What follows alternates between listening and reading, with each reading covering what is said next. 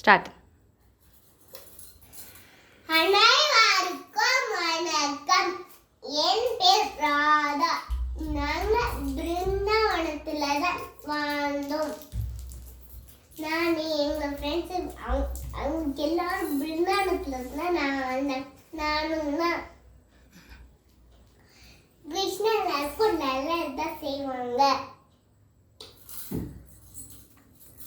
அப்படி ஒரு நாள் யமுனா நதிக்கரையில நாங்க ஜாலியா விளையாண்டுட்டு இருக்கும் போது ஏதோ கலர் தண்ணி மாற ஆரம்பிச்சிச்சு. நாங்க என்னடா நாங்க யோசிச்சுட்டே இருந்தோம்.